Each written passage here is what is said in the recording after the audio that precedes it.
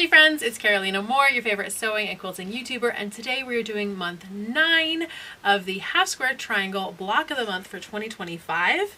If you're new around here, go down in the description. You'll get the links to get you all caught up, because you absolutely can get caught up even though we're on month 9. Do not worry about it.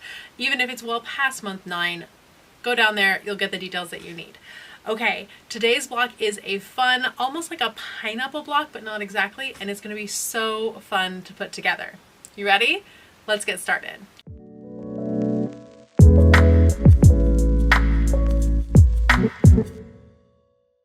So for today's block, we are doing two different things. We are doing half square triangles, but we're also going to do some stitch and flip corners with some of these smaller squares. But we'll start off with our half square triangles just like we always do. We're going to take the back of our fabric, our background fabric, and we'll draw our diagonal lines. Now, just like always, this block is going to be remade again tomorrow using a different technique for half square triangles. So on the first of the month, I do this video that shows a traditional way of making a half square triangle block, just following the regular directions in the pattern. And then tomorrow will be month 9 of showing yet another different technique, tip, trick, shortcut, tool for making half square triangles in perhaps a different way than you've done in the past. Alright, so we are lining up our background pieces with the corresponding blue pieces. We're going to stitch a 1/4 inch away from the line on both sides and then cut on the line, and that's going to get us our 4 half square triangles. We've done this every single month, so it's pretty straightforward at this point. We'll just go ahead and get these sewn.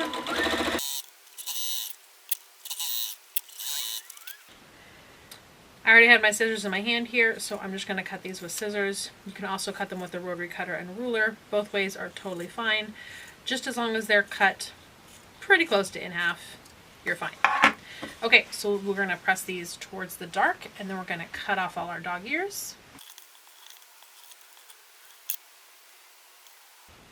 Alright, as I'm cutting off my dog ears, I want to tell you about the next step. We're going to be doing stitch and flip corners, which are kind of like a half square triangle, but not exactly. It's like adding half of a half square triangle to another piece, usually a rectangle shape, but sometimes like the corner of a square.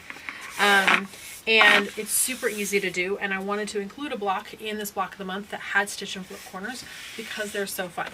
So we have 13 of these smaller squares. We're going to put one aside because that one's not going to be a stitch and flip corner. And now we are going to draw lines on the back of the other 12. And we don't want to do this with our blue marking pencil because we won't see it, so I'm just going to use a chalk pencil instead. And I'm going to draw my lines on the back of all of these with my white chalk pencil.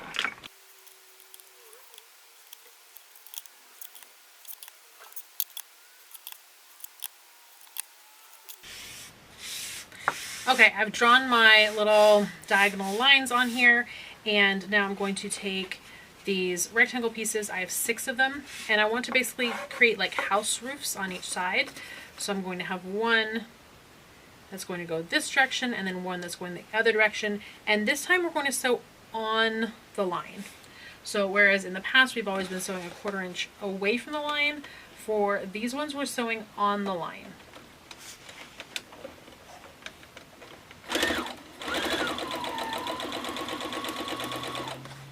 And you can just go and stitch all of them one after the other, one side and then the other side.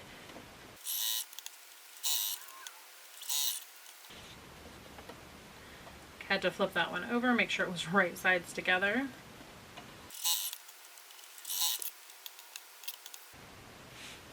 Alright, I've added them to one side. I still have one hanging off here so I can continue to chain piece. I want to do the other side, and remember we're doing a trapezoid shape, not a parallelogram. We want a trapezoid shape. We want our peaked roof on our house.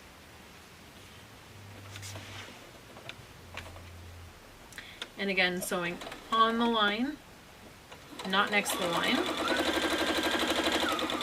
Now that I've done one of these, I can cut this last one off the back of here.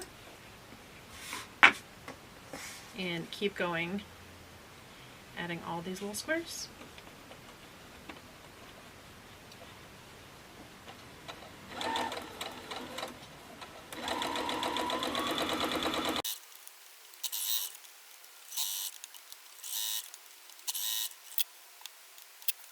All right, we're going to cut these to a 1/4 inch seam allowance. So I'm just using the 1/4 inch mark on my ruler, lining that up with the stitching line, and then giving this a trim. You can also eyeball this and do it with scissors if you like, because at this point it's already been stitched. So if it's not exactly super accurate, it's still going to be fine.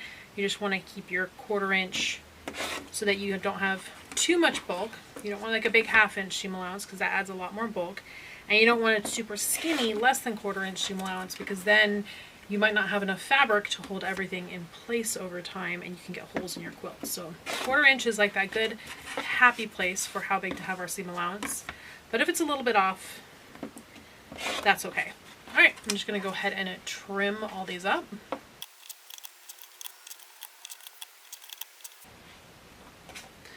All right, these are scrap. You can sew them if you want with a 1/4 inch seam allowance and turn them into 1/2 square triangles that you use on another project, or you can put them in your scrap bin, whatever is your preference.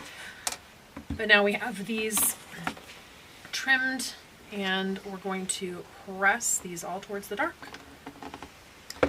This is where it gets that stitch and flip name, because this is where we're gonna flip it over and flip it over.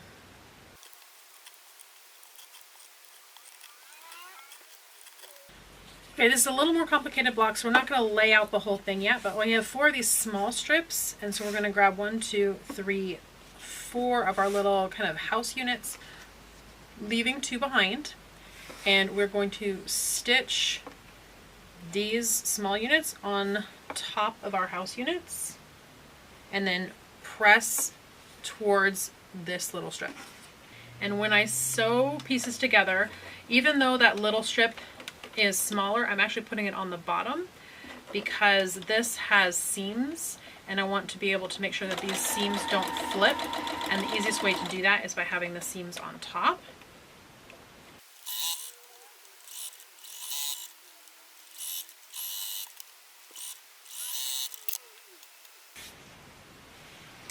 All right, we're gonna move these out of the way while we go ahead and give these all a press towards that solid strip. And it does mean pressing towards the light, but also we're reducing the bulk and not pressing the bulk back toward itself. So it's okay to press towards lighter fabric if you're reducing bulk. Okay, we're going to keep these to the side for a second, and we're going to start laying out our block. We've got our center and our 2 sides, and then we're going to take these 2 units from before that we left. These are the 2 units we set aside from before, and this is going to be at the center. So we're going to sew these 3 pieces together and then press the seams in towards the dark, and then sew that top and bottom row on.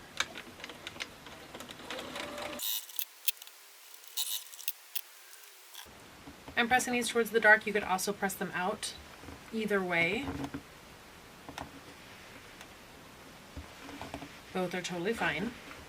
Now we're going to stitch the top to the middle row, and then we'll stitch the bottom to the middle row. In this case, there are seams on both the top and bottom, so I'm just using my fingers to feel whether or not those flip, and if I need to, I can just peek underneath to see if they flipped.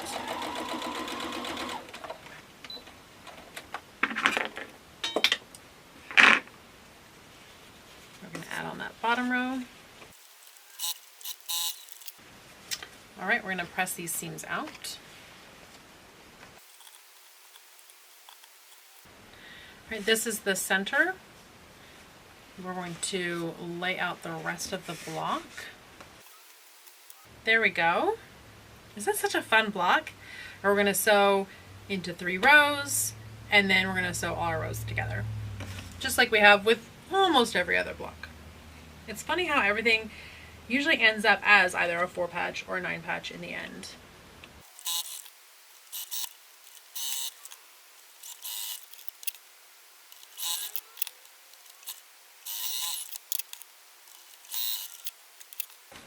All right, you can't really tell because they're folding in on one another, but I do have my 3 rows, and we are going to press these out, then in, then out.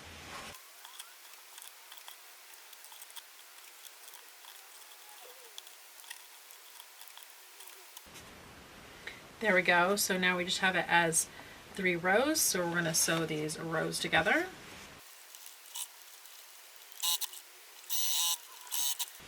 All right, I want to double check that I'm not flipping it upside down and then sewing it on. These are things that I've done before, so it's worth half a second to just double check. I'm going to sew this last row on. All right, there's the block. We are going to take these last 2 seams and press them out. So let's go ahead and do that.